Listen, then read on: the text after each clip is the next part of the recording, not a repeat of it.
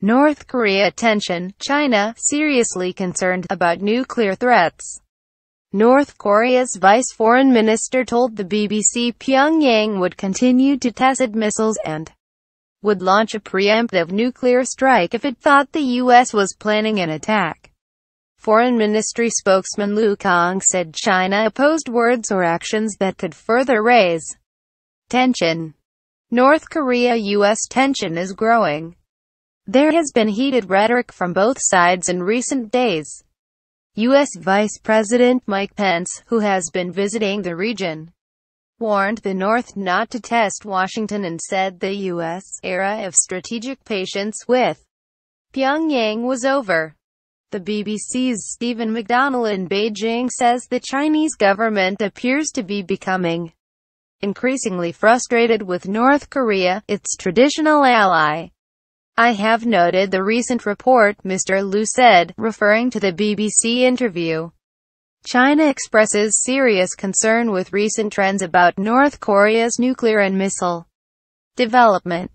China is unswerving in its commitment to realizing the denuclearization of the Korean Peninsula, maintaining the peace and stability of the Korean Peninsula, and continue to solve matters through dialogue and negotiations. Mr. Lu added that tension was already high in the region before the latest comments from Pyongyang. The North held a show of military might in a parade over the weekend and tested another missile on Sunday, which the Pentagon said blew up almost immediately after launch. Pyongyang said it may test missiles on a weekly basis, and warned of all-out war if the U.S. takes military action. "If the U.S. is planning a military attack against us, we will react with a nuclear preemptive strike by our own style and method," Vice Foreign Minister Han Song-ryul told the BBC on Monday. Later Mr. Pence vowed to defeat any attack and meet any use of conventional or nuclear weapons with an overwhelming and effective American response.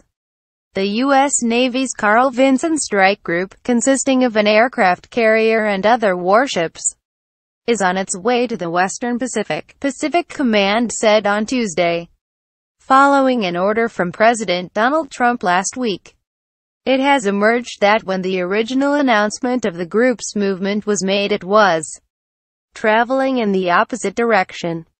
It is not clear whether this was a deliberate deception, a change of plan, or simple miscommunication, the BBC's Korea correspondent Stephen Evans says.